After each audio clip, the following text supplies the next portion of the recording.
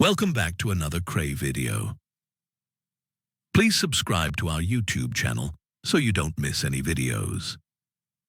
And for people really into the Krays, join our private Facebook group, Krays Crime Lords of London, where you will find stuff probably unavailable anywhere else.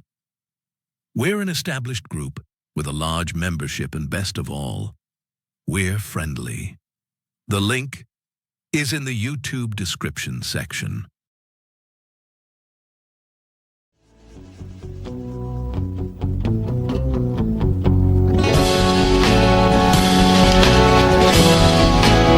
"30 years ago, Dartmoor Prison was the end of the line for the hard men of British crime, the toughest jail in the system. It was from here that the Kray gang arranged the escape of a man they saw as one of their own, an East Ender born and bred. Prisoner number 635 was Frank Samuel Mitchell. He was already a notorious prison escaper when the Krays took him off the moor and sparked the biggest manhunt in British criminal history. Mitchell put his trust in the Krays, but in return they destroyed him. He disappeared, having spent half his life behind bars and just 11 days on the run. Tonight we solve the mystery of what became of Britain's most wanted man, who found fame and misfortune as a fugitive from the law. Now these people looking vastly relieved as the van carrying Frank Mitchell comes in. There are a crowd of women and children here, and policemen and warders watching him being brought back. Frank Mitchell first met the Kray brothers on the streets of the East End and later on in prison. The Krays were status-conscious criminal social clients, and they were drawn to Mitchell by his reputation as the most rebellious man in the prison system. Joining the Krays became Mitchell's prison fantasy, but he had no real grasp of the violence and ruthlessness that underpinned the firm. He dreamed of joining the firm and was captivated by a comic book idea of the life of a gangster. I became known as Reggie's man. I went practically everywhere with Reggie, and whatever business he was in, I would just stand there and growl at people and back him up, sort of thing. Reggie Kray recruited Albert Donahue to the firm after first shooting him in the leg as a punishment for insulting the twins. But when he didn't grass, he was put on the payroll and became a core member of the Kray organisation. Prior to that, I'd worked on doors in the clubs and spielers and places like that. And then collected. I used to collect on the Friday, the milk round we called it. Protection money. In the 1960s, distrust of the police was a proud tradition in the East End. The Krays depended on this and the fear they instilled to expand their empire of extortion. The Krays had ambitions to become the criminal warlords of the East End, to weave themselves into the fabric of the local community, demanding tribute and dispensing rough justice. I'm going to go case for the weekend. This is the most marvellous meat to taste with you. Yes? No? Sixpence, who wants it? Local people relied on each other because there was self-help or no help. The Krays had a sentimental attachment to the community spirit which excluded outsiders, but also protected villains. They cast themselves as benefactors, collecting money for the local men, the ones in prison, the aways.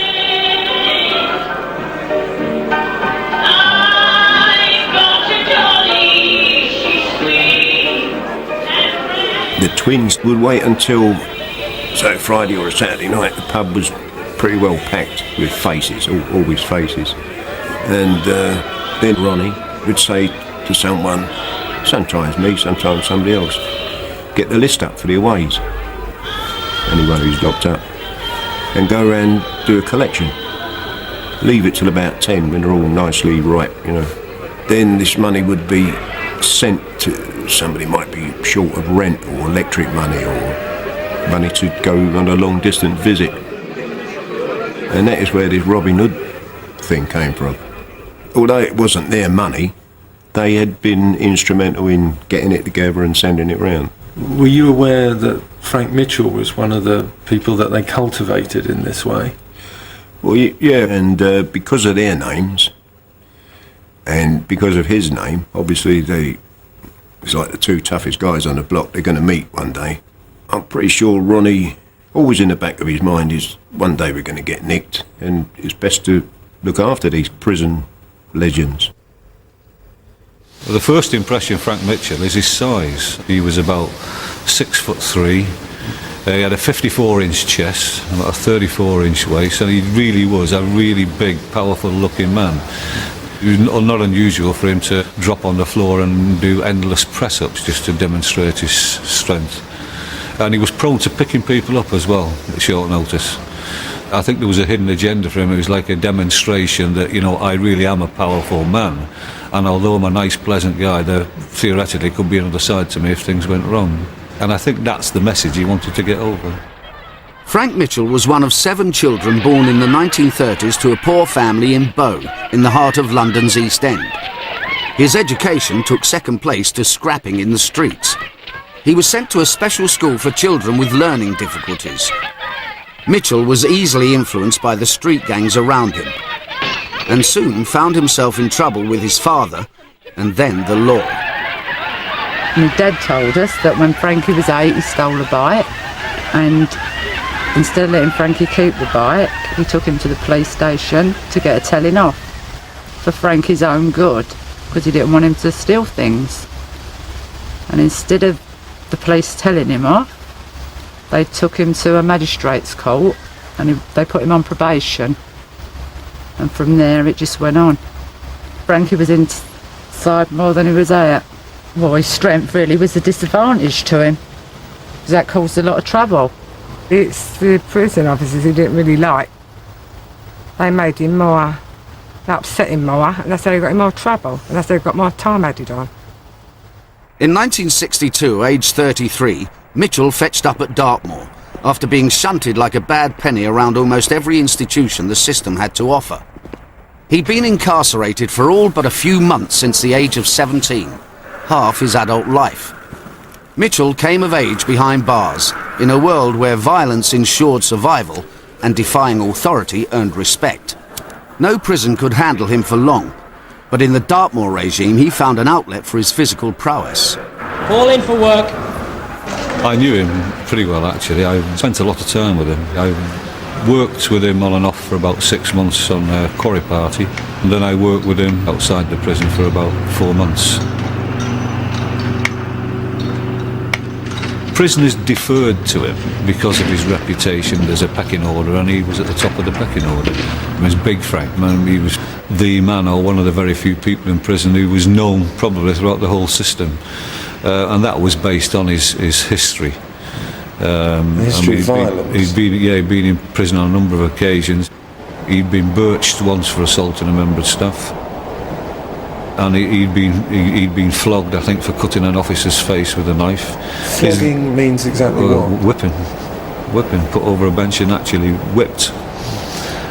Cat o' nine tails. He'd suffered that, which was very unusual even in those days. Frank Mitchell was trapped in a vicious circle of rebellion and punishment, and in the end the prison system washed its hands of him. He was certified mentally defective and sent to Rampton Secure Hospital. He bitterly opposed the move, and it was to have a profound effect on his chances of release. As the police officer who jailed the Krays recalls, he rebelled in the only way he knew. He'd been birched, he'd been flogged, he'd been certified insane, he'd been confined in solitary confinement and that kind of thing. So he'd had an awful life, really. And then when he got to Rampton, he escaped, and he went into a house and he terrorised the people in the house with an axe. And of course some journalists immediately picked that up, and he was identified from thenceforth as the Mad Axe Man. Mitchell was recaptured and sent to Broadmoor Secure Hospital. But 18 months later, in July 1958, he was out again, using the same trick. he had fashioned a key from one of his bed springs. This was Mitchell's 5th escape.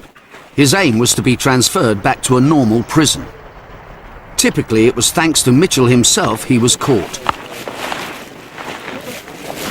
He met 2 down-and-outs in Bournemouth. After boasting he was the mad axeman, he told them he was heading home on the next coach to London. They told the police, and the bus was stopped. He had been free for just 36 hours. On information, the coach was stopped at Hartley Row and Mitchell was taken off it. The public have behaved very well, and by their helpful cooperation and keenness, it's helped our task considerably. We've had the aid of the soldiers, the Navy with a helicopter, and our own police, our own dogs, and dogs from neighbouring county, and our colleagues from neighbouring counties.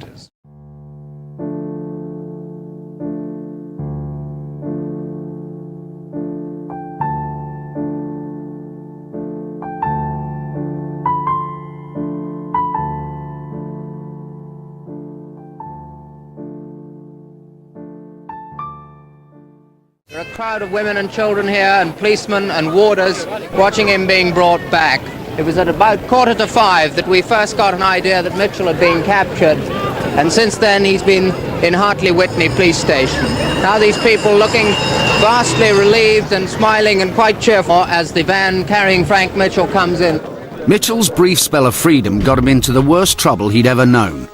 During a break-in to get clothes and money, he held a couple hostage and slightly injured the husband in a scuffle.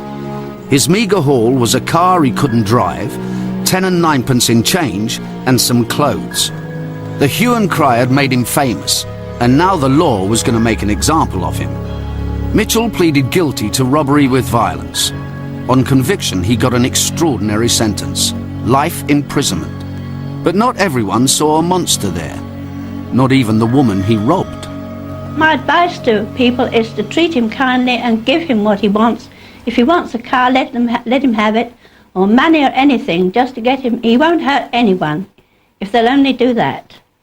Be nice to him and he won't hurt. Yes, be nice to him, and I don't think they'll come to any harm. The apparent injustice of Mitchell's punishment brought out the Krays' charitable instincts. Mitchell's prison file, which was secret until it was released for this programme, contains telegrams from the Krays requesting more and more visits. They visited Mitchell whatever prison he was in, and Mitchell wrote to them frequently. Mitchell wrote scores of letters to the Kray family home in Valence Road, Bethnal Green. We have obtained the ones which were stopped by the prison authorities because they showed Mitchell's growing frustration at having served 8 years of his life sentence with still no prospect of a release date. I've tried to avoid trouble. I act the mug.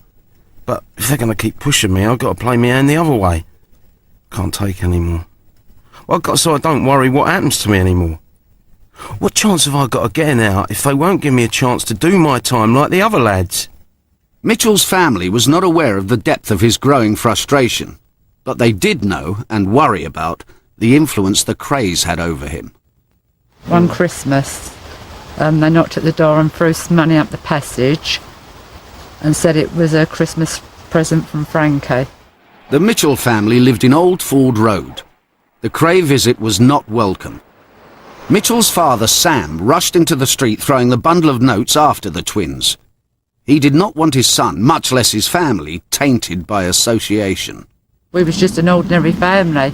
I mean, our family wasn't gangsters because Frankie was in trouble. None of us was in any trouble, and because of Frankie, people portrayed us as trouble. Like, do you think the Krays set out to genuinely help Frank? No, because Frankie was big.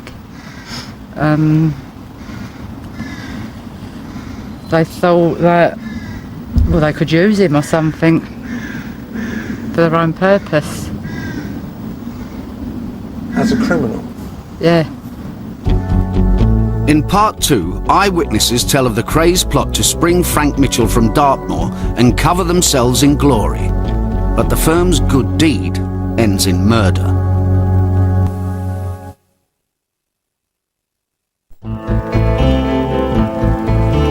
Dartmoor's punishment block is the most forbidding part of this forbidding place, but in all Mitchell's 4 years at the prison, he never once ended up in the punishment cells. Just as the Krays were adopting Frank Mitchell as a good cause, he was tiring of his role as scourge of the system. The Dartmoor files show Mitchell, now 37, in danger of becoming a model prisoner. In October 1966, senior staff at Dartmoor carried out the review that followed a prisoner completing 8 years of a life sentence. The Deputy Governor noted, "He must be given something to aim at, and there is only one target which can be set, a date of release. If he is not fit for a date to be named now, he never will be." The Governor wrote, "I have recommended before that he should be given a date for release, no matter how far ahead, and I recommend it again now." The Governor, Dennis Malone, and other senior staff at the prison clearly sympathised with Mitchell's plight. Mitchell petitioned the Home Office for a date of release many times without success. He wrote that he was choked at serving a life sentence even though he had not killed anybody, and complained of watching murderers being released ahead of him and feeling like a dead man. As petition after petition failed, the Governor decided to reward Mitchell with the highest privilege a Dartmoor prisoner could earn, a place on the so-called honour party, which worked on the moor, outside the prison.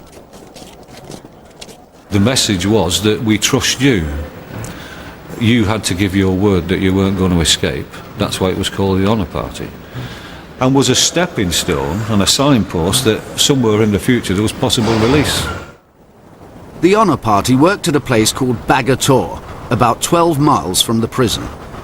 It had places for just 6 of Dartmoor's 600 prisoners, based at this lonely hut. Their job was to repair fences, to keep livestock off the nearby army firing ranges. They cooked their own meals and were trusted to work unsupervised for long periods. When severe weather closed in, they sheltered there, and Mitchell revealed his naivety about the world outside prison. He did have a curiosity about family life, how to treat children and, how does somebody spend their life with one other person, marriage, what does that mean? There were 2 crucial things about Frank Mitchell the authorities did not know. First, during one of his rare spells out of jail, he had fathered a child, which he died without seeing. Secondly, he was increasingly falling under the influence of the Krays. Members of the firm would hide money for him on the moor. As police investigating his murder discovered, Mitchell was leading a life like no other Dartmoor prisoner.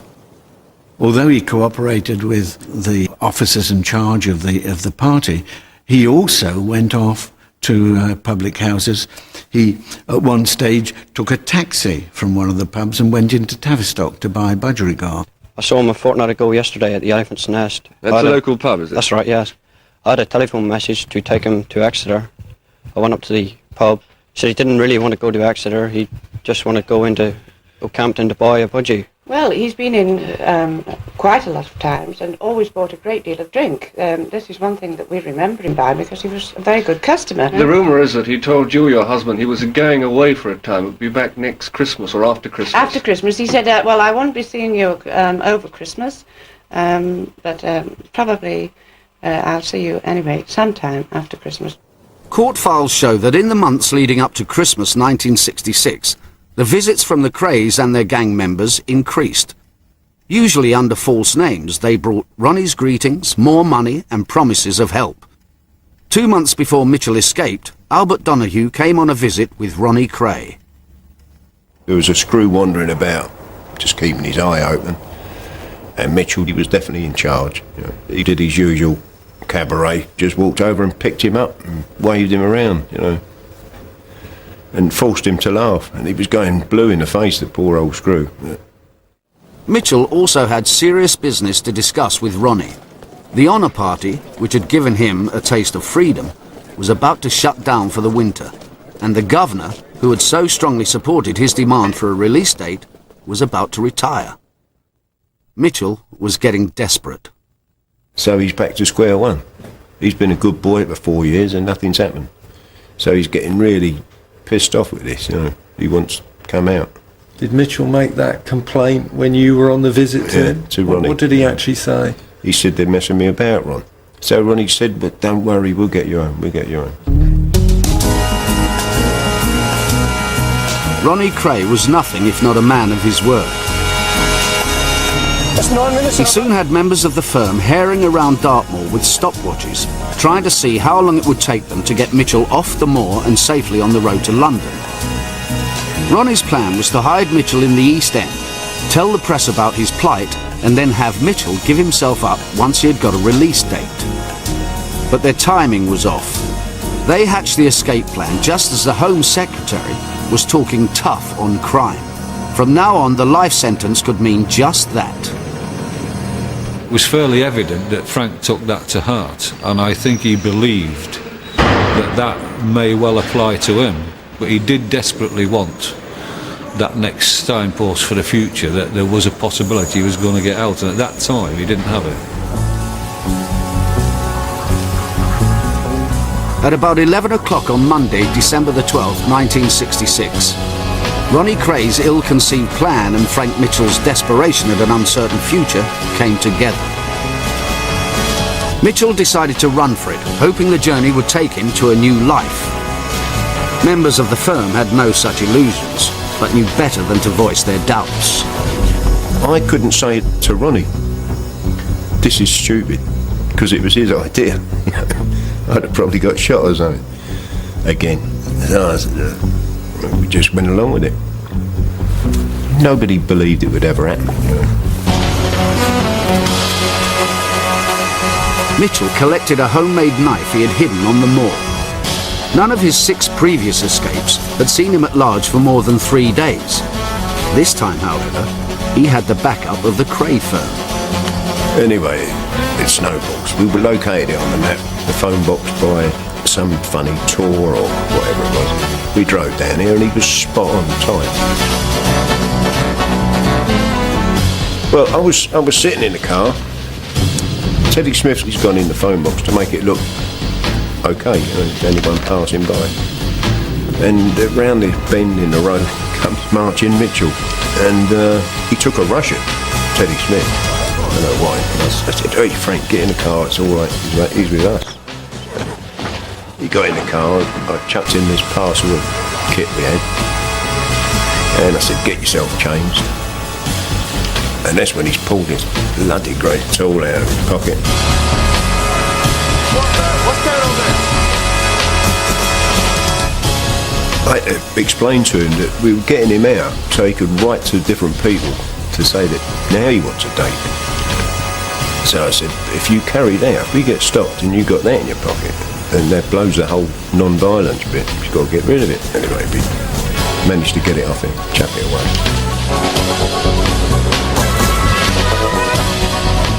Oh, he loved it. We were listening to all the news on the way down, but nothing. We were in a flat in Barking, and then the telly came on, 6 o'clock news, and it was on there. More or less shoot on sight sort of thing. I think they had the Marines out or somebody looking for him, all they searching the moor. But he was, as I say, he was tucked away. This is the ground floor flat where Mitchell was actually harboured by Donoghue when he was returned to London. The Barking Road flat had no locks, no bars on the windows, no slopping out bucket. But Mitchell could no more leave it than if he'd still been in his cell in Dartmoor. And, like the Dartmoor jailers, Mitchell's minders had to stay on his right side. You couldn't tell him anything. You would have to persuade him that something was the best thing to do, and he would do it. But if you said, "Oi, do that," well, it'd been off, trouble.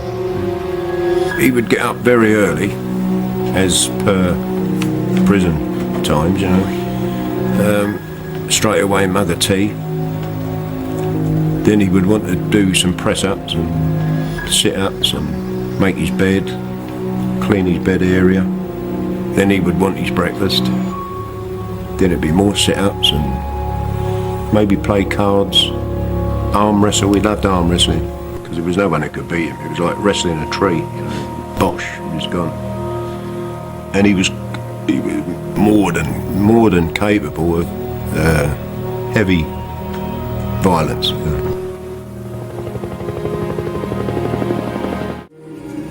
I knew there was going to be a major problem. What I didn't expect, that suddenly the press would describe Mitchell as the most dangerous man in Britain, where I'd been sat with this basically gentle giant. I couldn't put the two things together.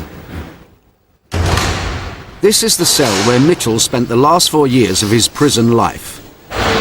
He had been on the Dartmoor Honour Party for 4 months. After his escape, it was scrapped. I mean, it hit me like a bombshell.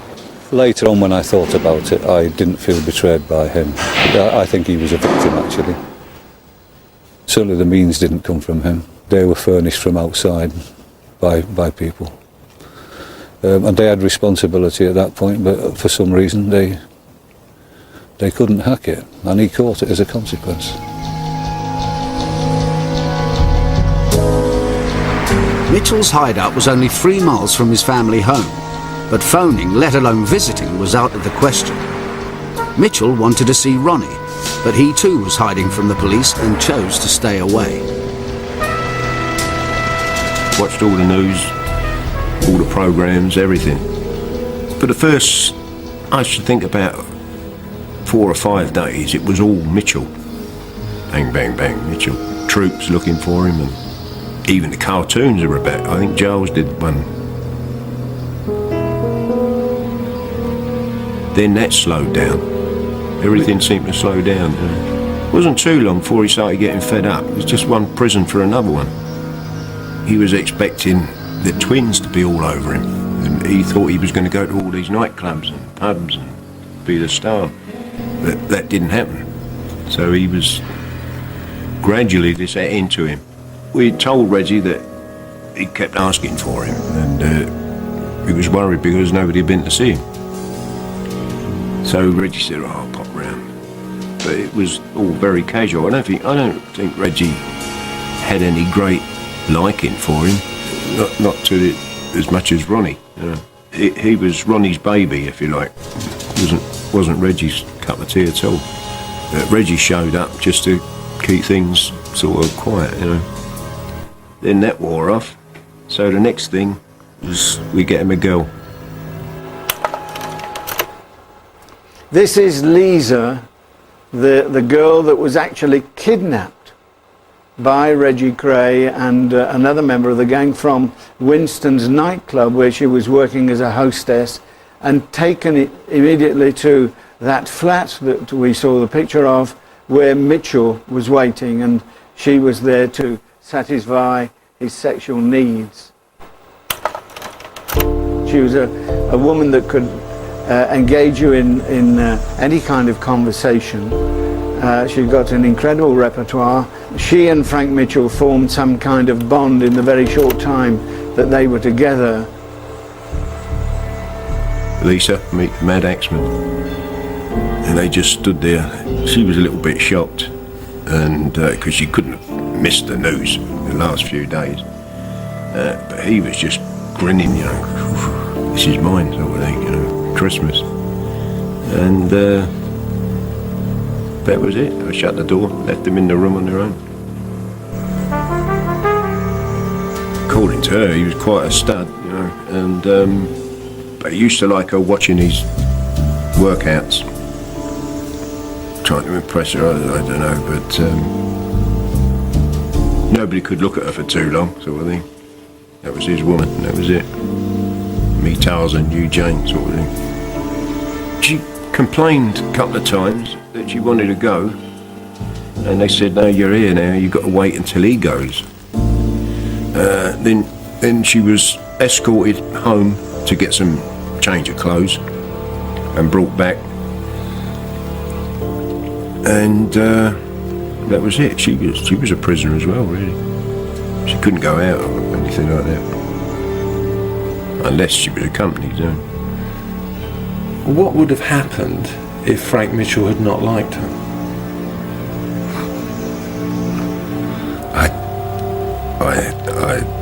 I don't really know. I think possibly once she knew where he was and that, she'd have had to go swimming. In a fatal accident in the Thames or something like that. Mitchell's prison file contains a Christmas card from Teddy Smith, one of the men who drove him off the moor. It was meant to make the police think he knew nothing about the escape. On day 6 of Mitchell's freedom, the Krays ordered Smith to the flat to help draft Mitchell's letters to the newspapers, asking for a date of release. It was like a mother talking to a 5-year-old, getting ready to go to school, you know. And I didn't like, and there was stuff like that. It was all childish, you know. And so I would get out as quick as possible once he'd quietened down, you know. Mitchell's letters to the newspapers made it clear his escape was a protest and that he was willing to give himself up if he got a release date. But no politician was going to bargain with an escaped criminal. It was politically impossible. Sir, my absence from Dartmoor was to bring to notice my unhappy plight. To be truthful, I'm asking for a possible date of release. From the age of 9, I've not been completely free. Sir, I ask you, where is the fairness of this? His pleas fell on deaf ears, and his father appealed on television for Frank to give himself up. Mr. Mitchell, have you got anything to say to Frank? Any message for him? What I have is, I say, this is old pard, Dad, Frank, and I'd like to see you get a definite date and give yourself up so you can go back and finish whatever it is and come out again. And so I want to see you. I'm not going to see you at home, you're. Sam Mitchell's appeal meant nothing to the Krays. 2 days later, Frank was executed on their orders. In part 3, his killer talks for the first time.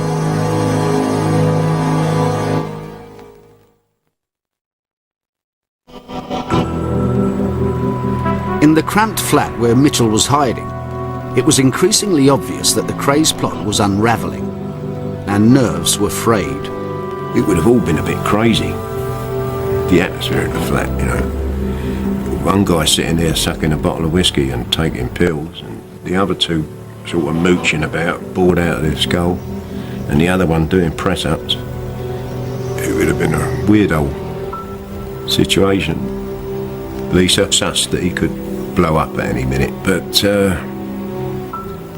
I don't know, maybe a job prepared. She could handle a guy, you know. She knew how to calm him right down and keep him happy. With as much sex as he could. Yeah.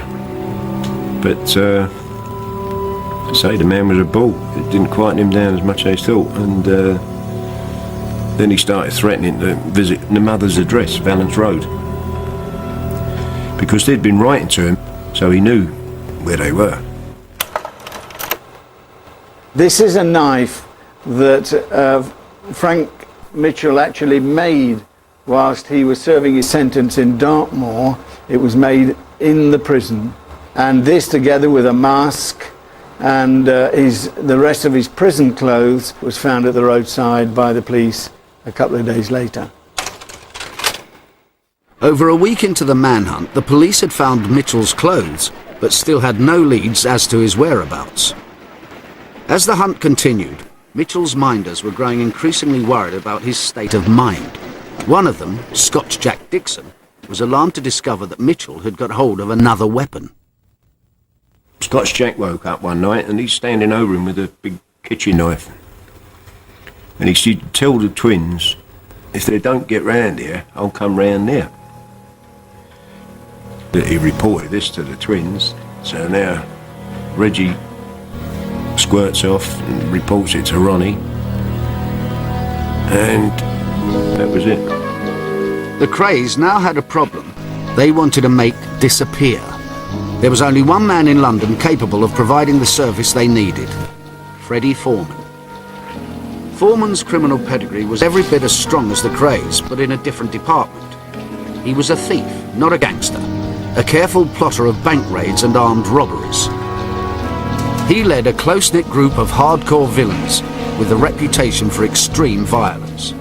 Rumour said even murder. Foreman was from South London, not the East End, but he knew the Krays well. Throughout the 60s, they had been secret partners in crime, each supporting the other's reputation. The Krays wanted Foreman to do something about Mitchell. The escape was running out of control and the Krays felt threatened. The problem was written all over their faces. Charlie and Reggie was ill. They were looking ill. They had big rings around their eyes and worried sick out. And then he was talking about going round to their house and to see their mother. And he was going to hold them responsible if he got arrested.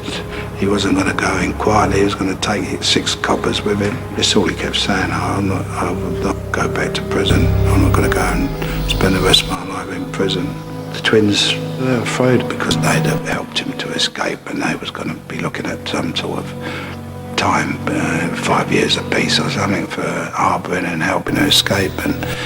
And you know, spoke with Frank because he's capable of anything. There might have been a murder charge on the end of that. The day before Christmas Eve, 1966, 11 days into the escape, the Krays and Freddie Foreman met to decide Mitchell's fate. We went to a guy called Harry Hopwood's house. It was Charlie Kray, Reggie and Freddie Foreman. So me and Harry Hopwood left in the kitchen, they go in another room. About 20 minutes later they came out and it was Charlie who came to me and he said, we decided to take Big Frank down to Kent and he's going to spend Christmas with Ronnie, but we've got to get him out of the flat in Barking and we've got to separate him from this girl because Ronnie don't want women running around his house. So it all sounded okay, it sounded true. Donahue left Hopwood's flat believing Frank Mitchell was going to the country. He was wrong. In fact, Ronnie Kray had already ordered his murder and called on Foreman to be the executioner. They thought I might do it a bit better or be more proficient in doing it properly, you know. I suppose I was more sort of professional. So they called you in because they wanted to get away with it? Yeah, yeah. Within hours, Foreman's gang was on the road to the hideout, and Mitchell was looking forward to a Christmas among trusted friends.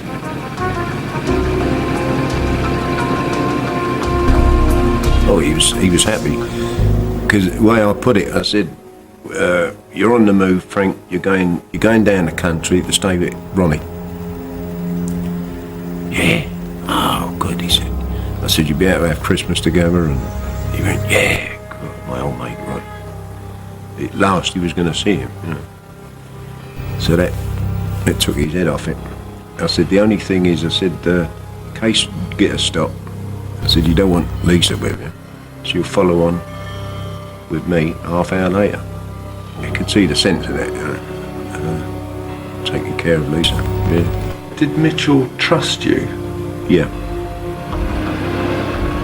While Foreman's gang made their way across London, the Krays were relying on Donahue to charm Mitchell out of the flat and round to the rendezvous with the van in Ladysmith Avenue. Foreman was sitting in the back of the van with another man, widely known in the underworld as a killer. Alfie Gerard was with me, and he was a good man to have with you, and to get this done as quick as possible. And another person I won't mention who was driving, and they pulled the van out and met me, and we went over to Barking. We walked from the flat 15 yards or so to the road.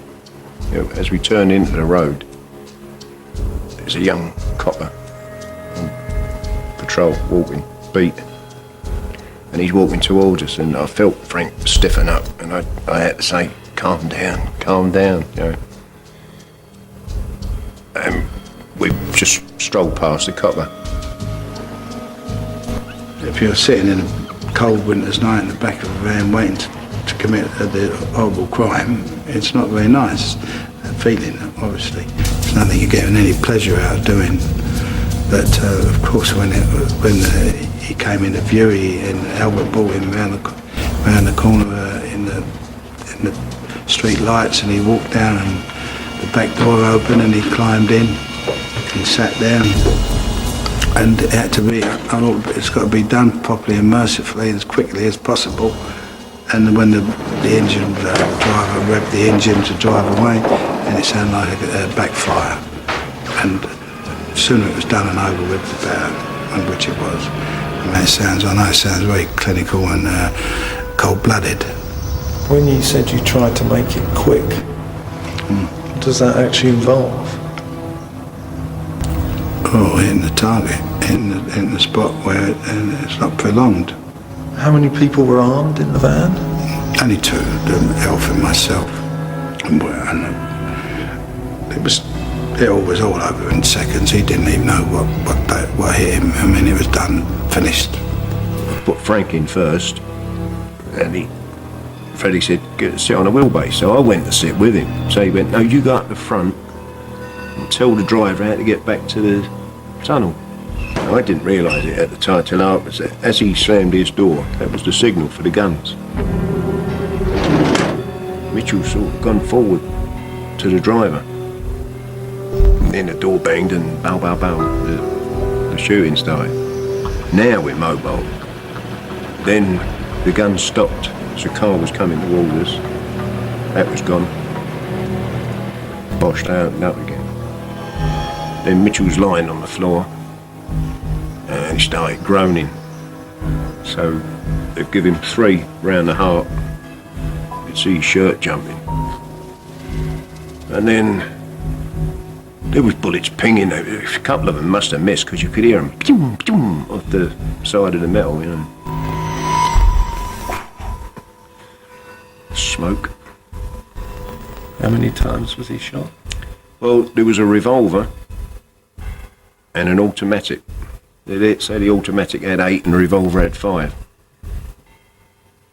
And apparently one got jammed in the silencer, so I'd say there was 12 shots put in him. By now we've done the first right, we're coming up to the second. And he groaned again. I don't know if it was one of those where they sort of expel air or whatever, but that's when Gerard said, I'm empty, give him another one. So Foreman put the gun under his ear and pop. That was the last shot. Who was Frank Mitchell's final executioner? I was, actually. I had to finish it properly. But when it was done, we carried on, and Albert jumped out of the car at the first bus stop, wanted to go. When I got out, it was a cold night. I had a big old Crombie coat on. I was waving it, get rid of the stench of this cordite or powder, whatever they use. I had about a 200-yard walk, which was okay.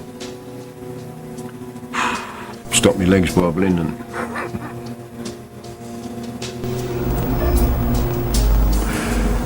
Yeah, nothing to fear. I don't know why he wanted to get out of the van so quick, because he was in no danger himself. I was waiting for one myself, but I was pleased to hear Gerard say, give him another one, Freddie, I'm empty. Because he's sitting next to me, so I've got half a chance. You know. I'm convinced that I've got to go, because I'm the middleman. But it didn't happen. Donahue returned to the flat to tell Lisa and the other minders to clean it thoroughly, so as to remove all trace of Frank Mitchell and themselves. He was greeted on the doorstep by a terrified Lisa. She had heard the shots and guessed that Mitchell had been murdered 2 days before the Christmas he had dreamed of. Donahue organised the clear-up. They burnt Mitchell's remaining clothes and wiped away his fingerprints. Donahue phoned Reggie Kray. Reggie wanted to see Lisa, so that he could satisfy himself that she wouldn't talk. After it was all over, we were sitting in the car, and I kept saying, you're going to see Reggie, just don't mention the word bang. I said, don't mention bangs at all. And she said to me, when it's my turn, I want you to do it, because I think you'll do it quick. Meaning? pop her off, you know. She thought I would do it quick, whereas the others might make it last or something. Shows you what state her head was in. Lisa was really speaking for her own life when she met Reggie. Yeah, that's what I kept drumming in. I don't mention bangs, for Christ's sake. What would you have done if Reggie had decided that she couldn't be relied upon to keep quiet? I suppose I'd have gone along with it. That would have meant that you'd have walked 2 people to their deaths in the space of 24 hours. Mm-hmm. I'm pretty sure if he'd have said she's got to go, I might have argued about it, but in the end she'd have probably gone. Lisa survived, but Frank Mitchell vanished. His father died hoping that one day his son's remains would lie beside him. The family has little now to remember him by, not even his last gift from prison. Like his life, it was corrupted by the Krays and destroyed. Frankie sent the photo album home from Dartmoor, and on the front it was a thick padded one to Frank Mitchell from your friends in the East End. In the album there was all photos of the Kray brothers, girls, boxers and all them sort of people.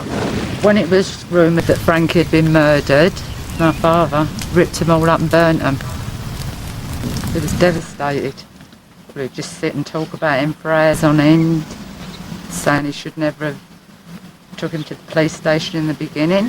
How would you like people to think of Frank, and how would you like... A kind and lovely man, which he was, and like, it'd be nice, even, I couldn't do it, but to cuddle him and squeeze him, and you just don't know how I feel. It's horrible, it's terrible. Frankie's still missing, we don't know where he is. There's still things unanswered? That's right. We've never been able to bury Frankie. On Wednesday, we go inside the Kray firm to reveal the secret criminal alliance that made the Krays seem untouchable, how corrupt police officers threatened the Kray investigation, what happened to Frank Mitchell's body, and how Mitchell had his ultimate revenge on the Kray firm. Thank you for watching. If you enjoyed the video, please join our Facebook group. It's called Krays Crime Lords of London. We're a friendly, moderated group with over 1,000 Kray and other celebrated gangster videos available for view. There's also thousands of images in the photos sections. The link for the group is in the YouTube description section.